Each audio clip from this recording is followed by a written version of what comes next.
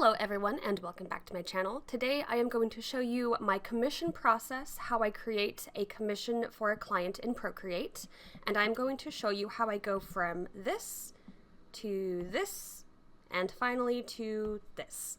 So I've had a lot of people ask me about how I make art in Procreate and also how I go about making commissions. So I figured I would knock them out, two birds, one stone, because I do most of my commissions on Procreate, and I figured this would just be a nice little informative video for you guys. I also want to say quickly, just give myself a plug before the video begins. If you would like to order a commission from me, you may do so. Just send me an email at monique.renee.art@gmail.com. I will have that on the screen. Or you can also check out my Ko-fi page. That is where I have all of my commission examples, and you can do it quick and easy through the website as well. Alright, so that being said, let's begin. Also, before this video begins, I know there's a lot in the way, I'm sorry. I just wanted to quickly mention that I have relaunched my Patreon page and I am super excited about it. If you want to know more, head on to patreon.com/Monique Renee Art to get some fun prizes and some fun rewards. And also, as a celebratory launch gift for everyone who becomes a patron in the month of March, I will be writing them a handwritten thank you note and also giving them a small little doodle as well. So if you would like a handwritten letter and doodle from me, make sure to become a patron sometime in the month of March. This includes anyone donating from $1 or above. And a very special thank you to my first patrons, Sammy and Aruna. Thank you for supporting me and the channel. So I am starting off by opening the Procreate app on my iPad. I am using an iPad and also an Apple Pencil. I am just selecting a 4x6 size. I like this size because it's not too small, not too big, and I don't have to get too detailed in it while still getting enough detail that it's, detailed enough. Now I am choosing the pencil that I will be using. I like to use my HB pencil for the sketch, and I'm just changing the color to black. I like sketching in this pencil because it really mimics the feel of an actual pencil, and I really like the texture of it as well. Now this first layer I'm going to be working on is my first sketch layer, and it's also my idea dump. So what I will often do here is I will sketch out any kind of ideas that I have for the commission. I maybe will draw the character a few times and in a few different poses, and I do this really loosely, like extremely loose. I'm not paying attention to like anatomy or anything like that. Most of the time they don't even look good. But basically, I just want to get my idea down and figure out which direction I want to take the commission in. Like I said, I may do this quite a few different times before I finally just settle on an idea that I like. It just so happened that with this piece, I only did 2 sketches before I was like, oh, I like this one. And so basically what I did is after I had just the basic shapes down and I knew in my brain what I wanted to do for this piece, I then selected it and then blew it up so then I could work on it on a bigger size. Once I have it the size that I like, I am then going to create another layer called my second sketch layer, and I'm going to lower the opacity of that first sketch layer. This makes it so I can draw on top of that layer and the bottom layer isn't too dark to where I can't see what I'm working on. And now what I'm going to do is actually start doing my actual sketch. I am now paying attention to like anatomy and facial structure and starting to really hash out where I want things positioned on the face. I will do the body, I will like start designing the hair and the clothes, and this is just where I'm getting all of my details and placements down. You will see I may go in and change the opacity of that bottom layer a few different times, and sometimes I may even get rid of it completely. This is just so I can see what I'm working with. Sometimes that bottom layer will be too distracting for me, or I want to see what the piece looks like without that layer, and I can kind of see better what I'm working with. And it's very important for me to go back and forth between the opacity and maybe even turning it off completely, because this sketch layer is going to be very important for me for when I do the final sketch layer. What I will also do during this step is I will look up any references that I might need. So for example, right now I am looking up what a crown looks like because I realized I didn't quite know how to draw like a very regal looking crown. So I will go to Pinterest or Google and just look up as many reference images as I need, and I will do all of the working out process on this layer as well.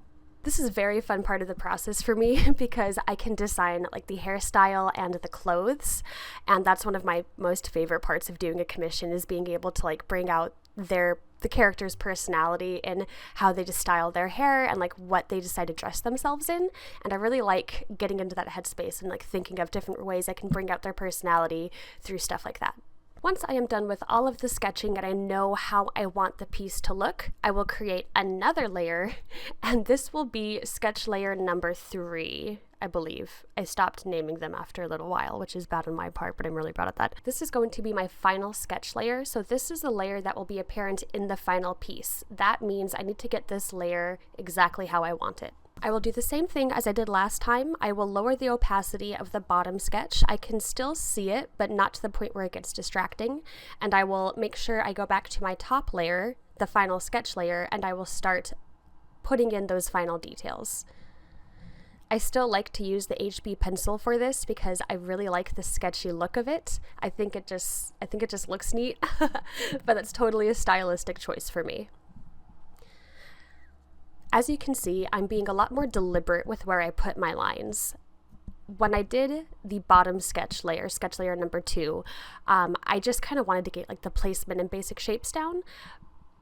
But on this layer, I'm paying much more attention to the lines and the shapes, and I just want to make it look perfect, basically. I will also go back and hide the bottom sketch layer again, just to make sure that everything is looking fine.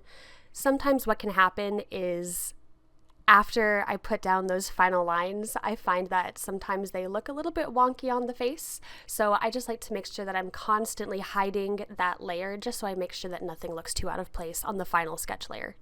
This is a long process, and I make sure to take my time with this because this ultimately is one of the most important steps of the process because all of these lines are so final. I can erase them if I want to, but I just know that these lines are going to be the ones that will show in the final product. So I want to make sure that they look as good as possible. So now the line art / final sketch layer is complete. We are going to jump right on into coloring. So I created a new layer underneath all of the sketch layers, and I'm going to name that the background. I like to start with the background first because I find that if I start with any other part, it looks much less cohesive. If I start with the background, I know which colors I want to use and which colors I want to pull out, and I can help just keep the color scheme looking nice and harmonious. I also like to use the Nico, I think that is how you pronounce it, that's what I've been calling it. I use the Nico roll brush while doing the background colors because I really like the texture that it has and it just looks nice.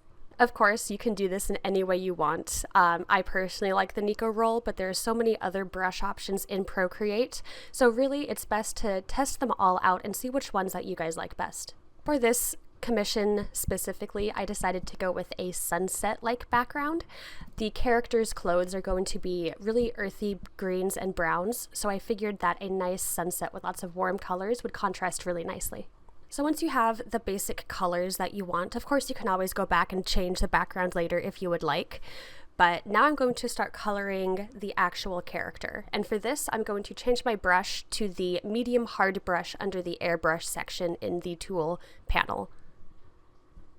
I like to use this brush because it has an interesting opacity to it and it's really brush sensitive, so the harder you push down on the Apple Pencil,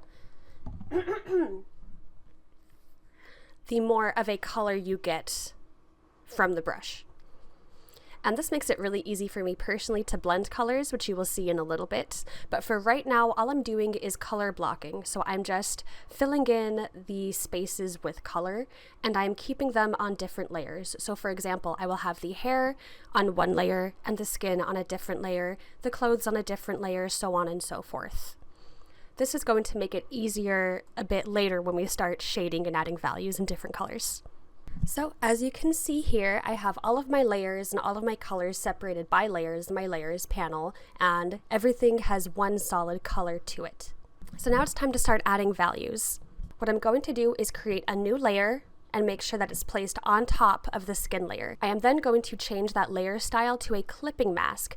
This makes it so I can color on top of that layer, and the only thing that's going to color is what has already been selected in that layer, if that makes sense. You can kind of see when I colored over the skin with that green color, it only colored over the areas I had already colored previously with the skin color. This just makes it easy on me, so everything that I color from now on will stay inside the lines of that skin layer. I will do this for every single layer that has a different color on it. This makes it so I don't have to go back and see if any lines are overlapping or if any color is being where it shouldn't be. It just makes the whole process so much easier. And from here, I'm just going to color in the skin like I usually would. If you guys would like a more in-depth tutorial or process video on like how I color skin or how I color anything in Procreate, I can definitely do that. But for the sake of this video, I'm just going to gloss over it really quick. I will start with a base color that is kind of like a mid-tone color that I know I want the skin to be. And from there, I will pick different colors on the color wheel and add shadows and highlights. I usually like to add more purple colors for shadows and more yellow colors for highlights, especially on skin. I think that looks really nice as well. And again, I am using the same brush from before, and you can see it's really easy to get like smooth gradations with this, which is why I really, really like it. But again, you may like something else, so the best thing to do is to try all of the different brushes and see what works best with your painting style. So now that the skin is finished, we're going to do the same exact thing. We're going to add a new layer, change that to a clipping mask layer, and now you can see again, only the hair is being colored in. So now I'm going to go in, I'm going to add a darker purple color. I'm going to start adding some shadows. And then I will also add some yellow-red parts for the highlights too. I decided to insert a clip of the whole painting process in here for you guys so you could see how the whole thing came together. This is by far the most time-consuming part of the entire process, so I didn't want to put it all in this video, otherwise it would be hours long. So this is sped up a lot, but you can just kind of see how my painting process works and overall how I make the piece look more polished and finished. Everyone's painting process is going to be different, so don't worry if your process looks completely different than mine. Again, if you do want me to go more in depth onto how I paint in Procreate and how I actually go about lighting and values and color picking and all that jazz, let me know and I would gladly make a video just about that for you guys. So now I have colored in the entire illustration with the methods that I was talking about earlier. What I'm doing now is just the final touches that I like to do on every piece. What I will do is I will add some sparkles to the eyes because I always think that looks really nice and cute. So I just created a new layer on top of the sketch layers and I just added those cute little sparkles. I also added some really neat lighting effects to her armor and to her crown. I did this using one of the brushes under the luminance category. And really, I was just playing around with different brushes until I found one that I thought looked nice and fit the piece. And I just added some of those sparkles everywhere. Another thing I like to do after the piece is just about finished is I will go and add more shadows and more highlights. What I will do is I will create a new layer on top of all of the other color layers. I will then pick a vibrant but dark purple and I will start coloring where I want more shadows to be. So often this will be underneath the hair, underneath the chin, some places around the clothing folds where I didn't quite get dark enough, and I just like to do this because it adds more depth to the piece and it also does so in a very harmonious way. Now it looks kind of funny because it's all purple right now, but what we're going to do is change the layer style. As you can see by clicking through these, depending on which mode you choose, it changes the look of this layer a lot. So what I have done is I have changed the mode to hard light and then lowered the opacity a little bit. And as you can see, it makes a huge difference. Now I may go in and edit it a little bit too, I erased some parts around the crown and just some parts where I've gone outside of the lines a little bit. So what I will do is just use the brush and the eraser tools to just add and erase that purple shadow where I want it to be. And then when I'm done, I may change the opacity again just to make sure that nothing looks too out of place. And then I'm done with that. Now I will go in and do almost the same thing, but I'm going to choose a very light orange-yellow color, and I'm going to put this color wherever I would want highlights, wherever I would want something to stick out a little bit. We're going to change the layer style again, but instead we are going to change it to screen. The layer styles will have different effects depending on the colors and the effects that you choose, so just play around with these until you find an effect that you like. I will use these sparingly because they can be pretty distracting and I don't want to take away from the whole piece, which is again why I will go and change the opacity sometimes as well. I just play around with this until I come up with something that I like, that I think adds to the overall piece. Now for the very last part of this piece, I went in and added some really cool effects to the sword. This sword is supposed to be the sword of Excalibur, so I wanted it to look really interesting and magical.